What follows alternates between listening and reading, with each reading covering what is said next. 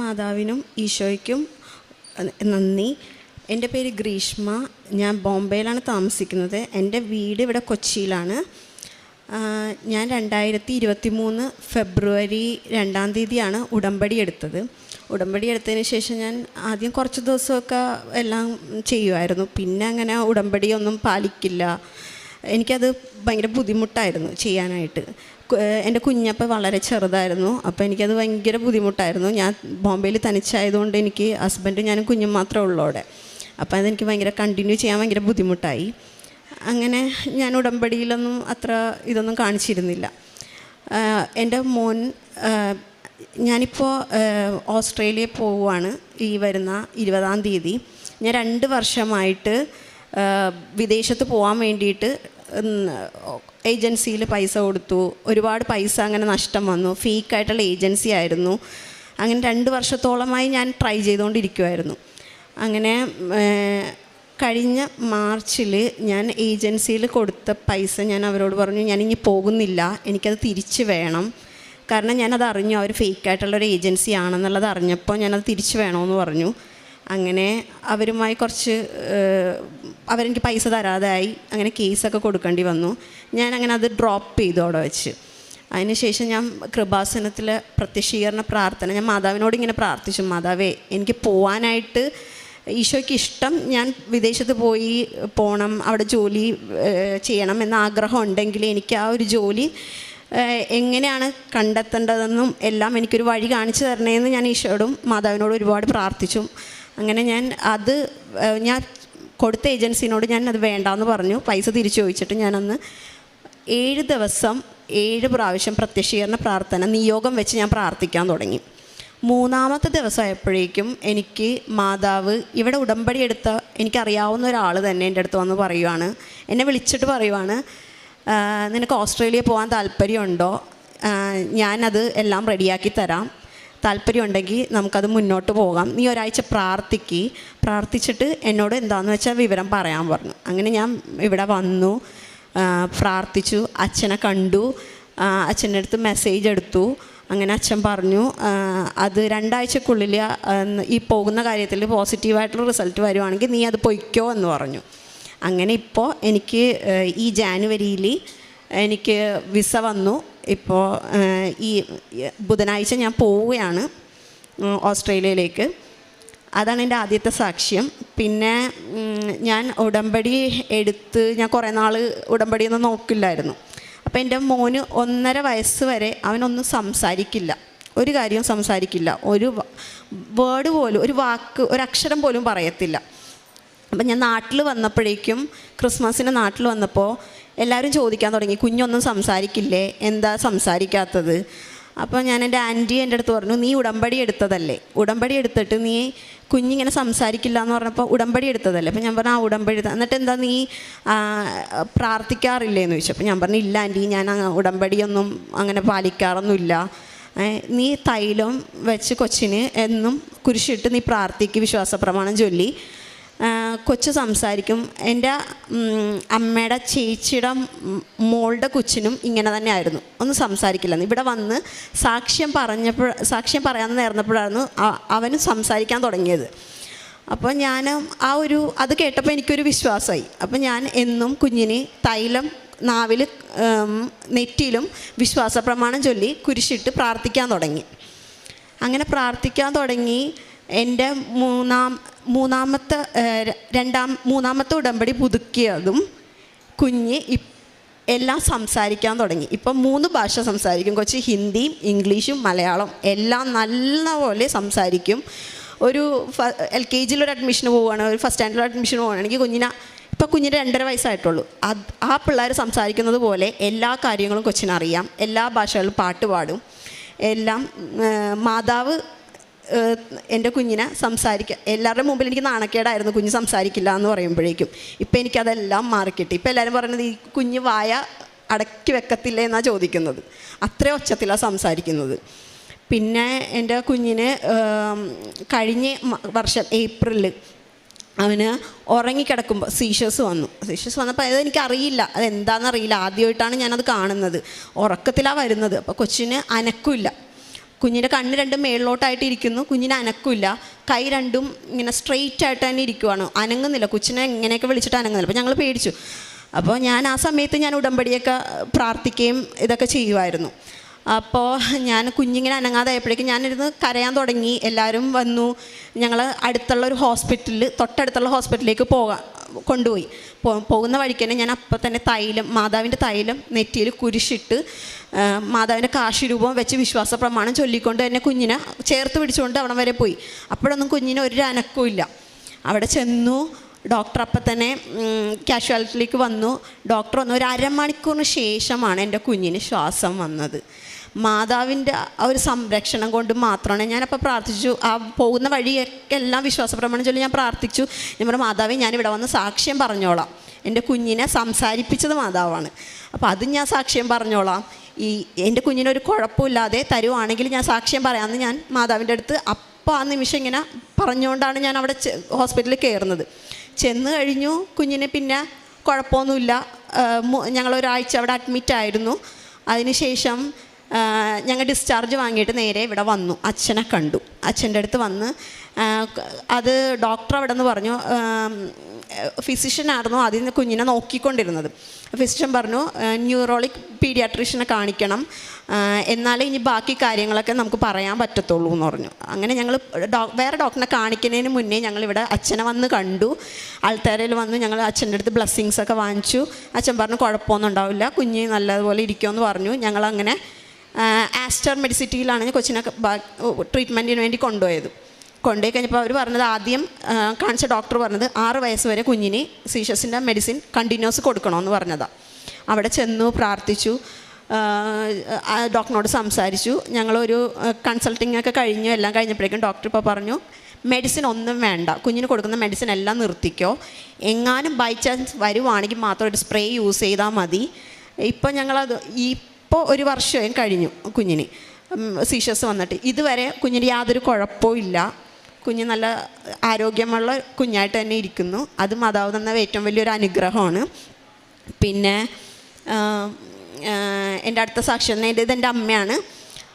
അമ്മയ്ക്ക് കഴിഞ്ഞ വർഷം ഓഗസ്റ്റിലായപ്പോൾ നമുക്കൊരു പെയിൻ വന്നു, അബ്ഡോമിനിൽ പെയിൻ വന്നപ്പോഴേക്കും ഞങ്ങൾ വിചാരിച്ചു അത് സ്റ്റോണിൻ്റെ ആയിരിക്കും എന്നുള്ള ഒരു ഇതിൽ ഡോക്ടറിനെ നോർമലി കൊണ്ടേ കാണിച്ചു. അപ്പോൾ ആദ്യം പറഞ്ഞു അത് അമ്മയ്ക്ക് അത് നോർമലി ഇൻഫെക്ഷനാണ്, അതുകൊണ്ട് മെഡിസിൻ കഴിച്ചാൽ മതി എന്ന് പറഞ്ഞു. പിന്നെയും ആ പെയിൻ കണ്ടിന്യൂസ് വരാൻ തുടങ്ങി. സഹിക്കാൻ പറ്റാത്ത പെയിനായി. അങ്ങനെ ഡോക്ടറിനത് സ്കാൻ ചെയ്യാൻ വേണ്ടി ഞങ്ങൾ സ്കാൻ ചെയ്ത് കഴിഞ്ഞപ്പോഴാണ് അറിയുന്നത് യൂട്രസിനും ഓവറിക്കും നടുക്കായിട്ടൊരു സിസ്റ്റ് ഉണ്ട്. അതും വളരെ വലുതായിരുന്നു. 16 സെൻറ്റിമീറ്ററിൽ മേലെ ഉള്ളൊരു സിസ്റ്റായിരുന്നു. അപ്പോൾ അത് എത്രയും പെട്ടെന്ന് ഒരു 1 വീക്കിനുള്ളിൽ തന്നെ സിസ്റ്റ് റിമൂവ് ചെയ്യണം. ഇല്ലെങ്കിൽ അത് അവിടെ അമ്മ നടക്കുമ്പോൾ അത് പൊട്ടിയിട്ടുണ്ടെങ്കിൽ ആൾ മരിച്ചു പോകാമെന്ന് തന്നെ പറഞ്ഞു ഡോക്ടർ. അപ്പോൾ എത്രയും പെട്ടെന്ന് അത് ചെയ്യണം. അപ്പോൾ അതിന് മുമ്പ് ഒരു ബ്ലഡ് ടെസ്റ്റ് ഉണ്ട്, അത് ചെയ്യണമെന്ന് പറഞ്ഞു. അപ്പോൾ ബ്ലഡ് ടെസ്റ്റ് ചെയ്യാൻ വേണ്ടി ഞങ്ങൾ ലാബിൽ കൊടുത്തു. ബ്ലഡ് ടെസ്റ്റിൻ്റെ റിസൾട്ട് വാങ്ങിക്കാൻ എൻ്റെ അപ്പയാണ് പോയത്. അപ്പോൾ ബ്ലഡ് ടെസ്റ്റിൻ്റെ റിസൾട്ട് വാങ്ങിക്കാൻ ചെന്നപ്പോഴേക്കും അവിടുത്തെ അവിടെയുള്ള ആ കുട്ടിയെ ചോദിച്ചു, എത്രാമത്തെ കീമോയാണ് ചെയ്യുന്നതെന്ന് ചോദിച്ചു. അപ്പോൾ പറഞ്ഞു, കീമോയോ, അതെന്താ, ഇത് ഡോക്ടർ ടെസ്റ്റ് ചെയ്യാൻ മാത്രമേ പറഞ്ഞുള്ളൂ, വേറെ ഒന്നും പറഞ്ഞിട്ടില്ല. ക്യാൻസർ പേഷ്യൻസിനാണല്ലോ കീമോ ചെയ്യുന്നത്. അപ്പോൾ ഇത് ക്യാൻസറിൻ്റെ 4th സ്റ്റേജിൻ്റെ ഇതാണ് കാണിക്കുന്നത്. നോർമലാണെങ്കിൽ 125 ആണ് ബ്ലഡ് റിസൾട്ട് വരുള്ളൂ. ഇതിപ്പോൾ 225 ആണ് കാണിക്കുന്നത്. ഇത് 4th സ്റ്റേജിൻ്റെ ക്യാൻസറിൻ്റെ പേഷ്യൻസിനുള്ളതാണെന്ന് പറഞ്ഞു. ഇനിയിപ്പോൾ കീമോ എന്തായാലും വേണ്ടി വരുമെന്നോ അവർ പറഞ്ഞു. അപ്പോൾ ഞങ്ങൾ ഡോക്ടറിൻ്റെ അടുത്ത് ചോദിച്ചു, എന്താ ഡോക്ടർ ഇത് ക്യാൻസറാണ്? അപ്പം ഞങ്ങളത് ബയോപ്സി കഴിയാണ്ട് ഞങ്ങളൊന്നും തീർത്ത് പറയത്തില്ല, നിങ്ങളിത് എത്രയും പെട്ടെന്ന് 1 വീക്കിനുള്ളിൽ തന്നെ സർജറി ഇത് ചെയ്ത് റിമൂവ് ചെയ്യണമെന്ന് പറഞ്ഞു. അങ്ങനെ ഞങ്ങൾ കളമശ്ശേരി മെഡിക്കൽ കോളേജിലാണ് പോയത്. അപ്പോൾ അവിടെ ചെന്ന് കഴിഞ്ഞപ്പോൾ അവർ പറഞ്ഞു 2 മാസം കഴിഞ്ഞാലേ സർജറി ചെയ്യാൻ പറ്റത്തുള്ളൂ. ഓൾറെഡി 7 പേഷ്യൻസ് ഉണ്ട് ഈ സർജറി ചെയ്യാനായിട്ട്. അതിനുശേഷം മാത്രമേ ഇത് ചെയ്യാൻ പറ്റത്തുള്ളൂ. അപ്പോൾ ഗവൺമെൻറ്റിൻ്റെ ഒരു ഇതാകുമ്പോഴേക്കും അങ്ങനെയാണല്ലോ. പ്രൈവറ്റിൽ പോകണമെങ്കിൽ നമുക്ക് ഒരുപാട് പൈസ വേണം. അപ്പം അത്രയും പൈസ നമ്മുടെ അടുത്ത് എടുക്കാനില്ല. അപ്പം അതിൻ്റെ ഒരു ബുദ്ധിമുട്ടും. അപ്പം എന്നാലും ഞങ്ങൾ ഓർത്തു കടം വാങ്ങിയിട്ടാണെങ്കിലും എങ്ങനെയെങ്കിലും കൊണ്ടുപോയി നമ്മളത് സർജറി ചെയ്യണം എന്നുള്ളത്. അപ്പം ഞാനും ഉടമ്പടി എടുത്തതാണ്, അമ്മ ഉടമ്പടി എടുത്തതാണ്. അപ്പം അമ്മയ്ക്ക് എന്നും ഈ പെയിൻ വന്ന് തുടങ്ങി ഞങ്ങളെന്നും തൈലം വയറിലെപ്പോഴും കുരിശിട്ട് കൊടുക്കും. അമ്മയുടെ കാശുരൂപം കൊന്തയിൽ ഇട്ട് കഴുത്തിലിട്ട് തന്നെ കൊടുത്തു. അപ്പോൾ എന്നും ഞങ്ങൾ മാതാവിൻ്റെ കൃപാസനത്തിൽ മാതാവിൻ്റെ അടുത്ത് എന്നും പ്രാർത്ഥിക്കാൻ തുടങ്ങി. മുട്ടുമേലെ നിന്ന് എപ്പോഴും പ്രാർത്ഥിക്കും, എല്ലാവരും പ്രാർത്ഥിക്കാൻ തുടങ്ങി. അപ്പം ആൻറ്റി ഇങ്ങനെ പറഞ്ഞു, മാതാവ് കൃപാസനം മാതാവാണ് നടത്തി തന്നെങ്കിൽ നമുക്കിത് എത്രയും പെട്ടെന്ന് സർജറിയും ചെയ്യാൻ പറ്റും, 1 രൂപ പോലും നമുക്ക് ചിലവാകത്തില്ല എന്ന് പറഞ്ഞു. അങ്ങനെ ഞങ്ങൾ ആ ഒരു മാതാവിൽ മാത്രം വിശ്വാസം സമർപ്പിച്ച് അവിടെ ചെന്നു. ഹോസ്പിറ്റലിൽ സംസാരിച്ചു. ചെന്ന് അഡ്മിഷനായി 10ാമത്തെ ദിവസം നമുക്ക് സർജറി നടത്തി തന്നു അവർ. 10ാമത്തെ ദിവസം സർജറി നടത്തി റിമൂവ് ചെയ്തു.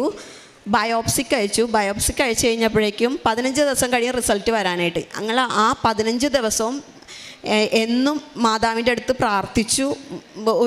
ഇനി ഈ ക്യാൻസറെന്നോ കീമോയെന്നോ ഒന്നും എൻ്റെ അമ്മക്ക് അതൊന്നും ചെയ്യാനിട വരുത്തല്ലേ, അങ്ങനൊരു കാര്യം ഞങ്ങളുടെ ഫാമിലിയിൽ ഇനി ആർക്കും വരല്ലേ എന്ന് പ്രാർത്ഥിച്ച് ഭയങ്കര സങ്കടത്തോടു കൂടി തന്നെയായിരുന്നു. ഇനി ഒരാൾ പോലും അമ്മക്ക് എന്താണ്, അല്ലെങ്കിൽ ക്യാൻസറാണോ അല്ലെങ്കിൽ അങ്ങനെയാണോ കീമോ ഉണ്ടോ എന്ന് ചോദിക്കാനിട വരുത്തല്ലേ മാതാവേ എന്ന് പ്രാർത്ഥിച്ചു. സാക്ഷ്യം പറയാമെന്ന് ഞാൻ ഇവിടെ വന്ന് അമ്മേനെയും കൊണ്ട് സാക്ഷ്യം പറയാമെന്ന് ഞാൻ മാതാവിൻ്റെ അടുത്ത് നേർന്നു. അങ്ങനെ റിസൾട്ട് വന്നപ്പോൾ നെഗറ്റീവാണ്. ഇപ്പം അമ്മക്ക് യാതൊരു കുഴപ്പമില്ല. 6 മാസത്തെ റെസ്റ്റ് കഴിഞ്ഞു. ഇപ്പോൾ ഒരു പ്രശ്നമില്ല. എൻ്റെ കുഞ്ഞിനെ നോക്കുന്നതും എൻ്റെ അമ്മയാണ്. മാതാവ് തന്ന എല്ലാ അനുഗ്രഹങ്ങൾക്കും ഒരുപാട് നന്ദി. ഈശോയ്ക്കും മാതാവിനും നന്ദി. ഞാൻ പിന്നെ പ്രേക്ഷിത പ്രവർത്തനം ചെയ്തുകൊണ്ടിരുന്നത് ഞാനും എൻ്റെ ഹസ്ബൻഡും കൂടെ ഒരുപാട് ഓർഫണേജസിൽ, ബോംബെയിലൊക്കെ ആണെങ്കിൽ നമുക്ക് ഇങ്ങനെ പുറത്തൊന്നും അങ്ങനെ ചെയ്യാൻ പറ്റില്ല. ഓർഫണേജസിലൊക്കെ ഞങ്ങൾ പോകും. അങ്ങനെ അവർക്ക് വേണ്ട ഡ്രസ്സുകളും വസ്ത്രങ്ങളും പൈസയൊക്കെ കൊടുക്കും. പിന്നെ ക്യാൻസർ പേഷ്യൻസിനൊക്കെ നമ്മൾ ആവശ്യത്തിന് മെഡിസിനൊക്കെ മേടിക്കാൻ നമ്മൾ ഒരുപാട് സഹായിക്കും. പിന്നെ ഇവിടെ നാട്ടിൽ ഇവിടെ വീടിനടുത്ത് ആശ്വാസഭവൻ, അങ്ങനെ ഓട്ടിസം ഉള്ള പിള്ളേരെ അവിടെയൊക്കെ ഞാൻ സഹായിക്കാനൊക്കെ പോകും. ആ പിള്ളേരെ നോക്കാനൊക്കെ പോകുമായിരുന്നു. പിന്നെ അവർക്ക് വേണ്ട ഫുഡൊക്കെ കൊടുക്കും. കുഞ്ഞിൻ്റെ ബർത്ത്ഡേ ഒക്കെ വരുമ്പോൾ ഇപ്പോൾ എല്ലാ ബർത്ത്ഡേക്കും ഞങ്ങൾ അവിടെ പോയിട്ടാണ് കുഞ്ഞിൻ്റെ കേക്ക് കട്ടിങ് ചെയ്യുന്നതും അവരുമായിട്ട് ഫുഡ് കഴിക്കും. അങ്ങനെ ഇപ്പോൾ എല്ലാ കാര്യങ്ങളും അങ്ങനെ ചെയ്യുന്നത്. ഇങ്ങനെ പത്രം എല്ലാം വാങ്ങിക്കൊണ്ടുപോയി കൊടുക്കും എല്ലായിടത്തും. പിന്നെ ഡെയിലി ബൈബിൾ വായിക്കാം. എല്ലാ ദിവസവും ബൈബിൾ വായിക്കും. അരമണിക്കൂർ ബൈബിൾ വായിക്കും. പിന്നെ കണ്ടിന്യൂസ് ഞാൻ ബൈബിൾ വായിക്കാൻ തുടങ്ങി. ഇപ്പോൾ ബൈബിൾ വായിച്ച് തീരാനായി എൻ്റെ. പിന്നെ എല്ലാ ദിവസവും നാട്ടിലുള്ളപ്പോൾ എന്നും ഞാൻ മുടങ്ങാണ്ട് വിശുദ്ധ കുർബാന സ്വീകരിക്കും. കുർബാനയ്ക്ക് പോകും, കുമ്പസാരിക്കും.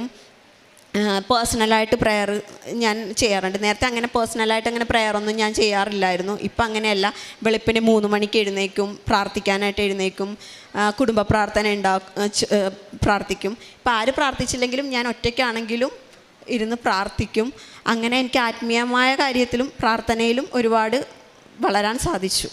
ഈശോയ്ക്കും മാതാവിനും 1000 നന്ദി. മത്തായി ശ്ലീഹായുടെ വിശുദ്ധ സുവിശേഷത്തിൽ 10-ാം അധ്യായത്തിൽ 32-ാം തിരുവചനം അരുളി ചെയ്യുന്നു, മനുഷ്യരുടെ മുമ്പിൽ എന്നെ ഏറ്റുപറയുന്നവനെ സ്വർഗസ്ഥനായ പിതാവിൻ്റെ മുമ്പിൽ ഞാനും ഏറ്റുപറയും. ഗ്രീഷ്മ ബൈജു അനുഭവ സാക്ഷ്യങ്ങൾ പങ്കുവയ്ക്കുമ്പോൾ താൻ ഉടമ്പടി എടുത്ത് ഇവിടുന്ന് പോയി പിന്നീട് താൻ ഉടമ്പടിയിലൊന്നും ചെയ്തില്ല. അങ്ങനെ ഒരു ജീവിതം മുമ്പോട്ട് കൊണ്ടുപോകുമ്പോൾ താൻ ഒരു ഏജൻസിയുമായിട്ട് ബന്ധപ്പെടുകയും അവിടെ പൈസ കൊടുക്കുന്നു, അത് പിന്നീട് ഫേക്ക് ഏജൻസിയാണെന്നൊക്കെ മനസ്സിലായി. തൻ്റെ കാനഡയിലേക്ക് പോകണമെന്ന ആഗ്രഹം തന്നെ ഉപേക്ഷിച്ച് വീണ്ടും ഉടമ്പടിയിലേക്ക് തിരിച്ചു വരുന്നതിൻ്റെയാണ് നാം കേട്ട സാക്ഷ്യം. തൻ്റെ പ്രാർത്ഥനയും മറ്റു കാര്യങ്ങളൊക്കെ മാതാവിനോട് തന്നെ ആലോചന ചോദിച്ചിട്ടാണ് വീണ്ടും തുടങ്ങുന്നത്. ഇനി മറ്റൊരു രാജ്യം ഞാൻ ചൂസ് ചെയ്യണമോ, ഞാൻ വിദേശത്തേക്ക് പോകണമോ? അങ്ങനെ ഉടമ്പടി ജീവിതം വീണ്ടും പുനരാരംഭിച്ചു.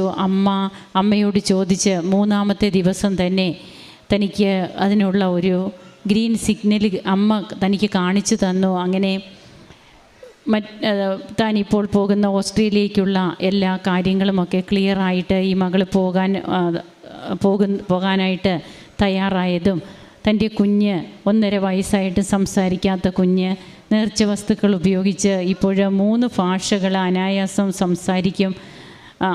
വീണ്ടും ആ കുഞ്ഞിന് തന്നെ സീഷർ വരുന്നു.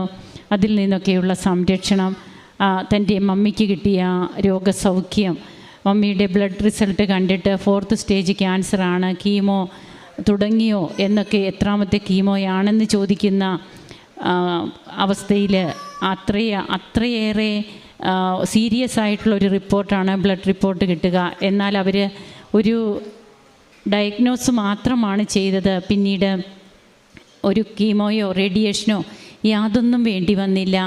അത് സ്പ്രെഡാകാതെ തന്നെ പരിശുദ്ധ അമ്മയുടെ മധ്യസ്ഥതയിൽ കുടുംബം ഒന്നിച്ച് പ്രാർത്ഥിക്കുന്നു, നേർച്ച വസ്തുക്കൾ ഉപയോഗിക്കുന്നു. അങ്ങനെ മമ്മിക്കും പരിപൂർണമായിട്ടുള്ള സൗഖ്യം ലഭിച്ചു. ഇന്ന് ആര് പ്രാർത്ഥിച്ചില്ലെങ്കിലും ഞാൻ പ്രാർത്ഥിക്കും. എൻ്റെ ജീവിതത്തിന് മാറ്റം വന്നു. ആത്മീയമായിട്ട് ഞാൻ മാറി. ദൈവത്തിലേക്ക് ഞാൻ കൂടുതൽ അടുത്തു. കൂടുതൽ കർത്താവിനെ സ്നേഹിക്കാൻ തുടങ്ങി. അതുകൊണ്ട് തന്നെയാണ് ഉൽപ്പത്തി 17 തിരുവചനങ്ങൾ അരുളി ചെയ്യുന്നുണ്ട്, സർവശക്തനായ ദൈവമാണ് ഞാൻ, എൻ്റെ മുൻപിൽ വ്യാപരിക്കുക, കുറ്റമറ്റവനായി വർത്തിക്കുക, നീയുമായി ഞാൻ എൻ്റെ ഉടമ്പടി സ്ഥാപിക്കും, ഞാൻ നിനക്ക് വളരെയേറെ സന്തതികളെ നൽകും. അബ്രാഹത്തിനോട് ദൈവം അരുളി ചെയ്യുന്ന വാക്കുകളാണിത്.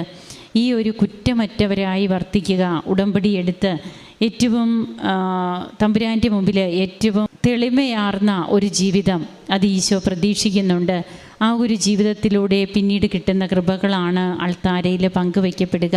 അങ്ങനെ തനിക്ക് തൻ്റെ വ്യക്തിപരമായ ജീവിതത്തിൽ ദൈവത്തിന് 1-ാം സ്ഥാനം കൊടുത്ത് താൻ ജീവിക്കാൻ തുടങ്ങിയപ്പോൾ തനിക്ക് കിട്ടിയ കൃപകൾ, അത് ഭൗതികമായിട്ടുള്ള ഓരോ കാര്യങ്ങളും ഇവിടെ ഈ മകൾ പറയുമ്പോൾ ആത്മീയമായിട്ട് തനിക്ക് തൻ്റെ ജീവിതത്തെ കുറച്ചുകൂടി മാലിന്യങ്ങളൊക്കെ മാറാലയൊക്കെ തുടച്ച് ആ മാലിന്യങ്ങളൊക്കെ എന്തൊക്കെയാണെന്ന് ബോധ്യം വന്ന് അവിടെ ഒരു വെളിച്ചം പ്രകാശമാകുന്ന ഈശോയെ കൊണ്ട് നിറയുന്ന അവസ്ഥയിലേക്ക് താൻ എത്തിച്ചേർന്നതിൻ്റെ അനുഭവം ഗ്രീഷ്മ പങ്കുവയ്ക്കുകയാണ്. നമുക്ക് കരങ്ങളടിച്ച് ഈശോയ്ക്കും അമ്മയ്ക്കും നന്ദി പറയാം. യേശുവേ നന്ദി, യേശുവേ സ്തുതി, യേശുവേ ആരാധന.